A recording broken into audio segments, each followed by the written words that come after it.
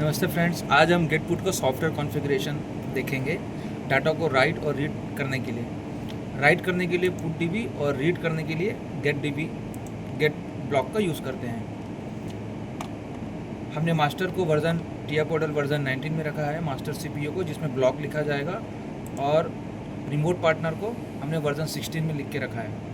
Get put का communication करने के लिए रिमोट पार्टनर का जो सीपीयू है उसमें प्रॉपर्टीज़ में कनेक्शन मैकेनिज्म में जाके ये get put communication from remote partner, इसे हमें टिक करना ज़रूरी है।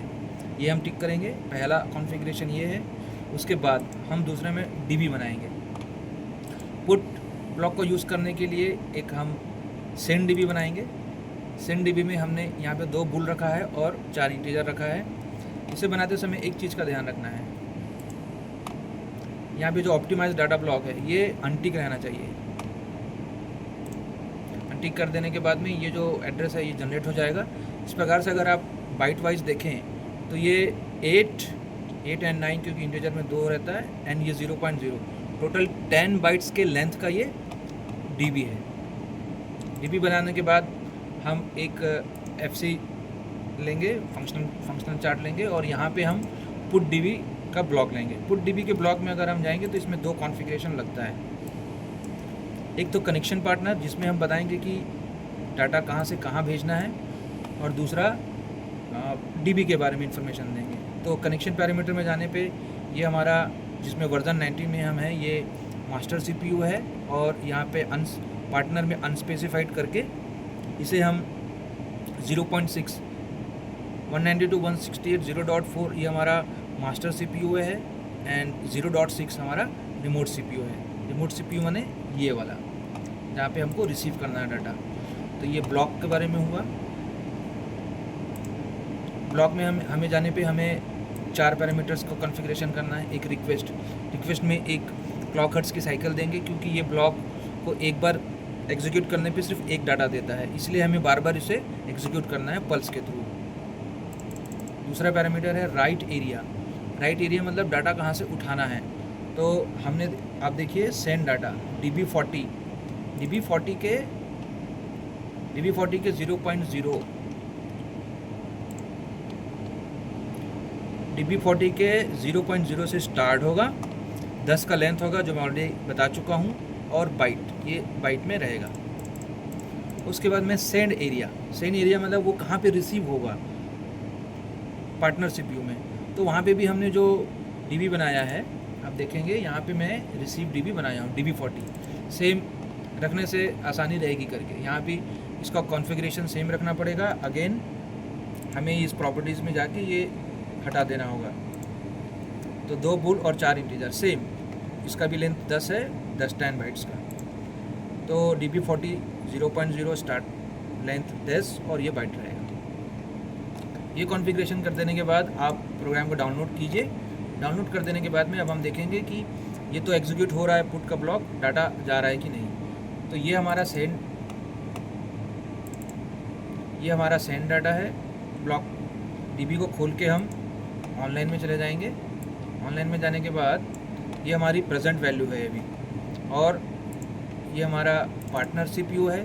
पार्टनर सीपीयू में हम रिसीव डाटा ब्लॉक को खोलेंगे, मॉनिटर में जाएंगे, और यहाँ पे देखेंगे हमारा अभी का वैल्यू क्या है।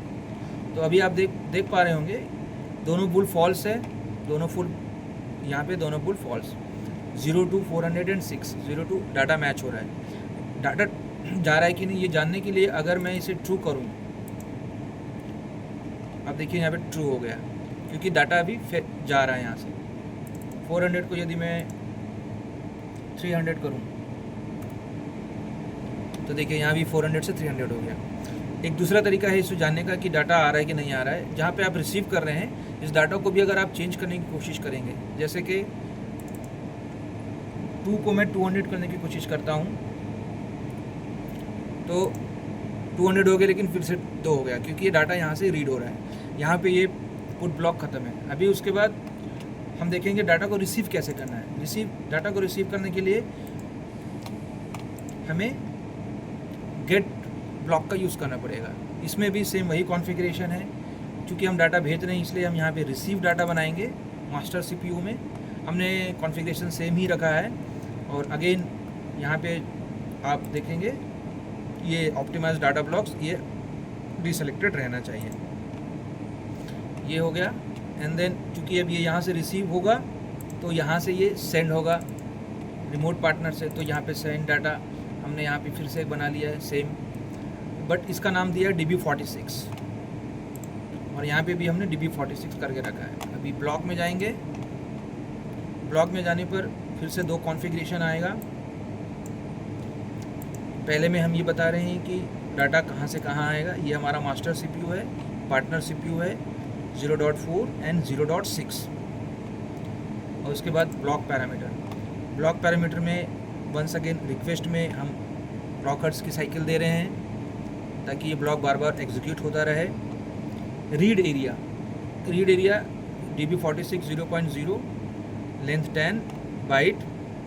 चूँकि हमने दोनों जगह पे सेम रखा है इसलिए ये दोनों कॉन्फ़िगरेशन सेम आएगा। अब हम डाटा देखेंगे रिसीव हो रहा है कि नहीं।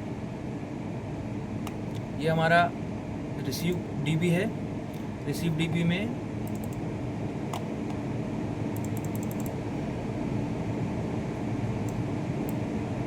ये प्रेजेंट वैल्यू है और ये यहाँ पे हमको सेंड को देखना होगा। अभी देखिए यहाँ पे ये डाटा ट्रू फॉल्स हो रहा है क्योंकि हमने ऐसा लॉजिक बना के रखा है। यहाँ पे भी ये ट्रू फॉल्स हो रहा है। अब यदि मैं इसको 100 को मैं 1000 करूँ तो आप देखेंगे यहाँ पे 1000 हो गया। ध्यान रहे कि ये हमारा पार्टनर CPU है, सेंड यहाँ से हो रहा है और रिसीव हम मास्टर में कर रहे हैं, मास्टर CPU में हम रिसीव कर रहे हैं। अगर इस 400 को मास्टर में मैं चेंज करने की कोशिश करूँ 4000, इसको 400 से 4000 करूँ तो फिर से वो 400 हो जाएगा। क्यों? क्योंकि ये यहाँ से रिसीव हो रहा है। थैंक यू फ्रेंड्स, यहाँ पे हम गेट पुट कम्युनिकेशन का सॉफ्टवेयर पार्ट कंप्लीट किए। Thank you.